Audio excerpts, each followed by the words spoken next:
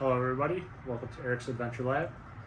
Today we will be installing new RCI skid plates. So let's open these up and see what we've got going on. Here are the skid plates taken out. The transmission skid is steel, it is powder coated black, it is 3/16 thick, and it comes with hardware which is grade 10.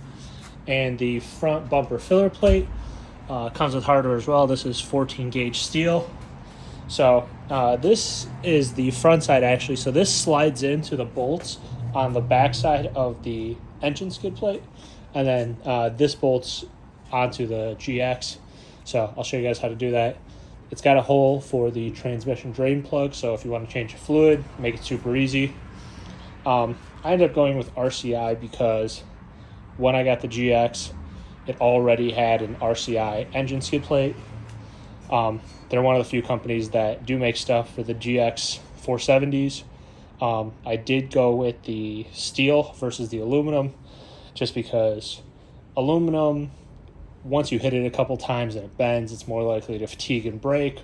Whereas the steel, if you hit a rock or something, it'll slide off where the aluminum might catch a little bit.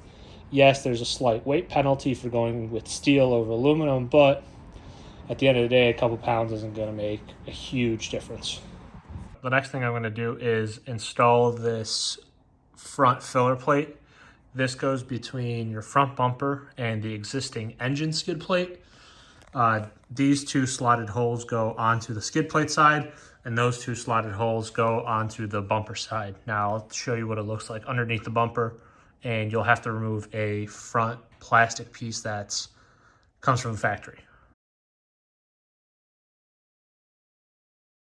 What we're going to do is remove this plastic piece right here first, which is 3 10mm bolts, and then there are 2 more 10mm bolts that hold the bumper cover to a metal bracket underneath, and the bumper cover ones are what's actually going to hold the skid plate on. And then these are 13mm on the skid plate. So all you got to do is just loosen these a little bit since this already has slots, as you can kind of see right here. And you just slide these in and bolt it here. So take out the trusty impact. Get these 10 mils off. Super easy to do. The plastic piece is great if you're just taking it to the mall, doing some daily driving, keep rocks and stuff from coming up. But for off-roading, it's not going to be great. You've got your condenser here, you've got your radiator here, so we want to keep that protected. So that now we're going to take these two that hold the bumper cover off. There we go. Always trust the Milwaukee impact. These things are fantastic. If you don't have one, buy one. Milwaukee, please sponsor me. And there we go. So now you have 5 nuts and bolts. You can get rid of those because the new skid plate has brand new hardware with washers. So now what we're going to do is take our 13mm socket and just loosen these up here just a little bit so we could slide the new skid plate in. That should be good. Let's loosen this one up a little bit more. There we go. And then you're going to see there's 2 notches. There's one notch here and then one here. You want the notch on the far side to be on the driver's side, otherwise it will not fit. And then slide these in to here, and then you'll see you may have to move it around a little bit. There's a reason these are slotted. And then you've got an opening here. So what I'm going to do is just by hand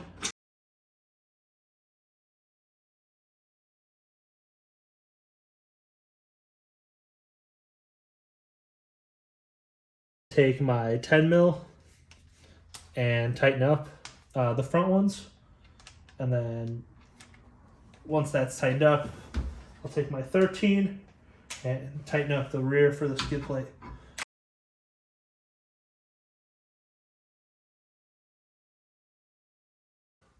This is how it looks now. let's see if I can get a better view of this. So yeah, definitely keeps your radiator and condenser a lot more protected. This is not super thick. It's just 14 gauge steel, but it's going to do a better job than the plastic. And it all matches up and looks great. So currently on my GX, you can see there is this skid plate, and there's these little like plastic polyurethane spacers. And there's a bolt that goes underneath. And then same on the other side. So with the new transmission skid plate, what we're gonna do is loosen these, which are a 13 millimeter socket, slightly drop it down, and then slide the transmission skid plate in this way below this little plastic piece, and then tighten the bolt back up. And then on the rear side, these two bolts here for this like cross brace, and then same on the other side, we will remove these two bolts, and then the new supplied bolts will replace it. And then we use those U-shaped spacers that go right here between skid plate and then the longer bolts. So let's get to it. So before you slide the skid plate underneath the truck, take these two bolts out. For me, this is going to be a 12.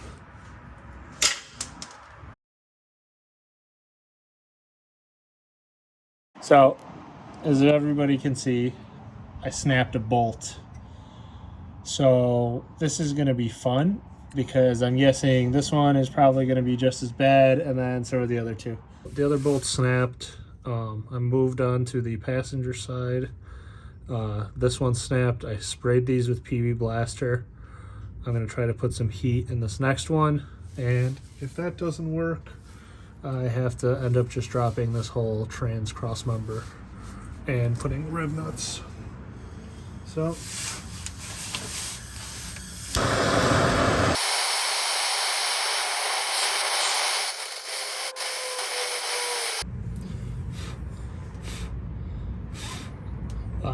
hopefully that's hot enough. Kind of hope to break away a little bit of this, and now I'm gonna put my impact on its lowest setting, and hopefully you don't snap this one off again as well. So let's see. Firmly on the bolt.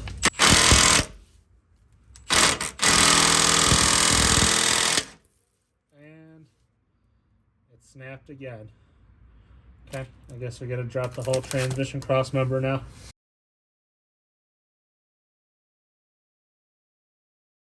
Bolts that I snapped off, taking off the cross member, I thought I was going to have to remove the whole cross member, but what I ended up doing was hitting the broken stud and bolt with a hammer, and you guys can kind of see right here, it was a weld stud. It was a square nut that was inside the transmission cross member, and it had like 4 tiny little welds, so it's super easy to knock out. And this way, I don't have to take off the whole thing, and then I can just put a riv nut in there. So basically, just get your BFH and go to work. I've got a 3-pound sledge, and right here where the stud is, all you gotta do is hit it a couple times and watch.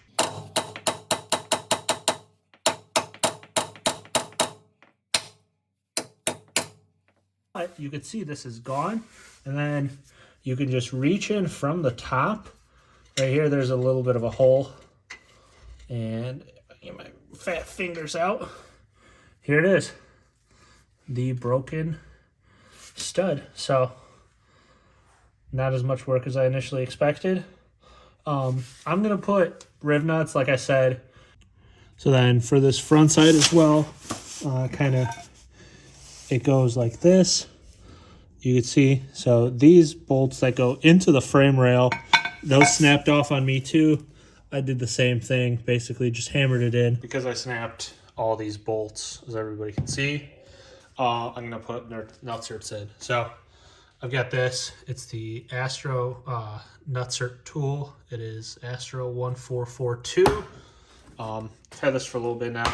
So basically, you have your different sizes, and then you have the nutsert. So because the bolts that came with the kit are M8s, went to Home Depot, got some zinc plated M8s, and these are going to go on the front side into the frame rail, and then these longer ones is what goes into that transmission crossmember for the skid plate. So I'm going to use these M8 inserts and kind of show you guys how to set this up. If you take a look inside, it's got kind of like a hex in here, and that is what holds this side, and then this goes in like this. If I can get this one-handed. So this goes in like this, and so this screws in to here, into here, and then that hex holds this bottom part. The finished product looks like this. Everything's threaded in, and then what you can do is you take out one of your M8 inserts, or whatever size you're going to use, and then all you do is thread this in. But the first thing is to open the arms all the way open, and then you thread this in all the way to the bottom. So then when you put this into the hole that you need to do, you can squeeze it and it like pinches this. So we go to our handy dandy book and we find out what size drill we use. So here, it's got a drill size guide. So because we're using M8s, we're gonna use a 7/16 inch drill bit. And luckily, got this all prepared. So I got this one, 7/16. These are the two holes that I'm gonna open up a little bit. I got my 7/16 inch drill bit. So I'll lay under here and open these up a little bit more. So these are almost the correct size, but they just need a little bit more.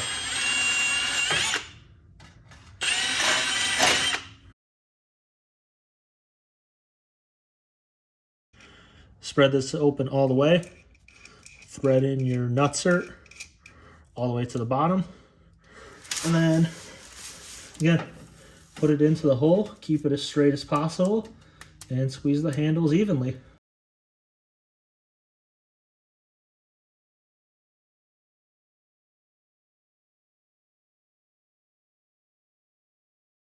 So here's the M8 bolt. You can see it freely goes in, so all the threads are good, and I should be good to go. So next I will do the transmission crossmember. For the transmission crossmember, it's going to be the same thing, except I'm actually probably going to have to open up these holes a little bit. So the two holes that were drilled before,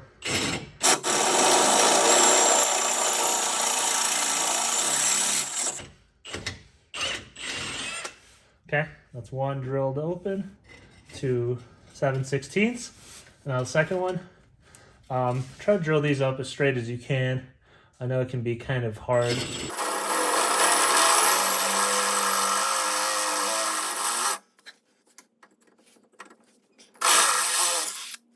Got these drilled out. I'm gonna vacuum up a little bit, and then I'm going to spray this with some black spray paint to clean it up. What I'm gonna do is take some brake clean and clean up this surface.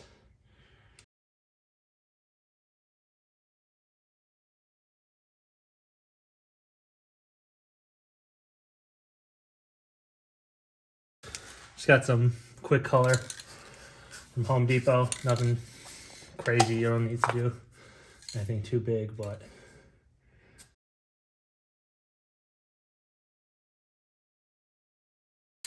just at least to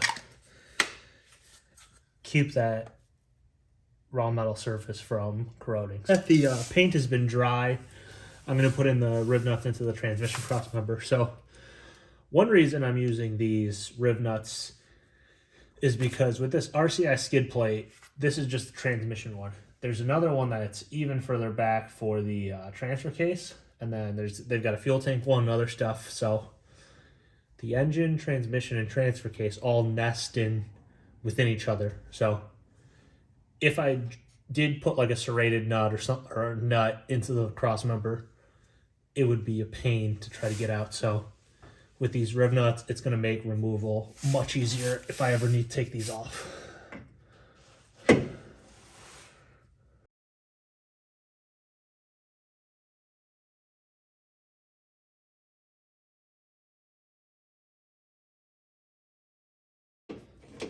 the passenger side is 100% complete. I just have to now do the driver's side, so it's going to be the same exact process. So no need to watch that. Give everybody a close-up view. So here is these. You can see super clean install, super flush, so not going to be a problem installing this. And then again, these right here, super clean install. So once this goes on here and this bolts on to the front side, the skid plate can go on. So if you break these bolts, not a big deal. Hit them with a hammer, clean it up, and use some rib nuts. I took off the 2 cross braces that go between the frame rails and the train's cross member. It's a little bit rusty, kind of this hole too. So what I'm gonna do is spray some brake clean it up a little bit, and I got some black paint that I used underneath after the holes just to kind of clean these up and keep it from rusting anymore. Now that these 2 supports are painted, they're dry, and it's time to reinstall them onto the car. So I ended up getting some new hardware from Home Depot. This is a M8 grade 8.8 bolt, zinc plated, so it keeps corrosion down and keep them from rusting. So just gonna tighten it down with a ratchet and be ready to finally install this skid plate. Now that all that is done, I put the skid plate on a jack. This is gonna make it easier for me to slide it underneath, kind of jack it up into place. So the 2 slots go on the front side. So it basically sits and shares bolts with the engine skid plate, and then these 2 on each side go to that transmission cross member. The instructions say you only need to loosen the 2 bolts on the rear side of the engine skid plate. That is not enough. You have to also loosen the ones further forward. So I'm gonna put a second jack underneath to kind of balance the engine skid plate too, so that doesn't fall. Under here on the engine skid plate, you're gonna have your bolt, you're gonna have your skid plate, and then you're gonna have this like nylon spacer. So the transmission skid plate slides in above this, but below the spacer. I'm gonna try to get this side in.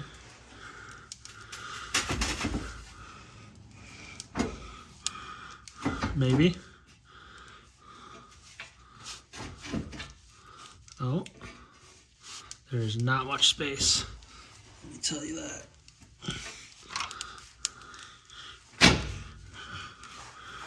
Okay. I think I got this side to clip in.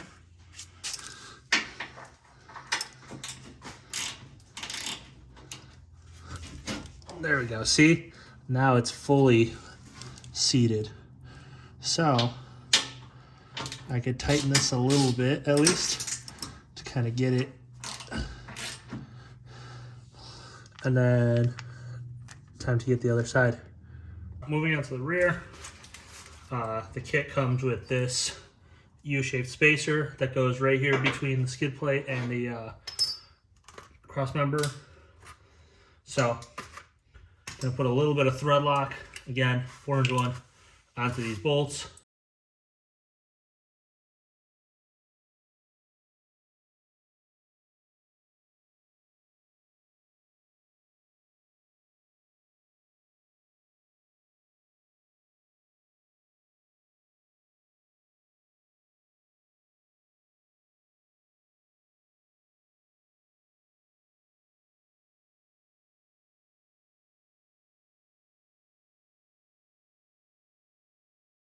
Two bolts and a spacer, a little bit of thread lock.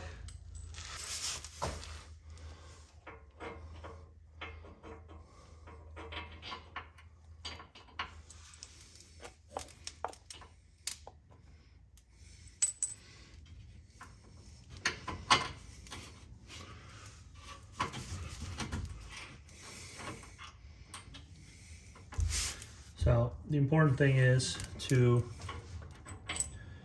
keep everything a little bit loose so you can position it into place. So I gotta just slightly loosen up this front bolt. So, because the skid plate needs to go slightly backwards to the rear. See, and that slid it back. And that should probably be all I need.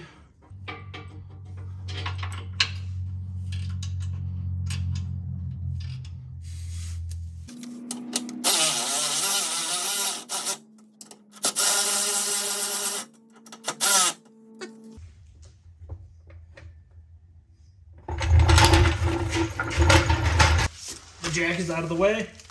The skid plate is up on its own, and I think this thing is going to be great. Look, fully nested together. The next one is a transfer case one that would go back here. I'm going to buy that eventually, so yeah, that'll be another episode.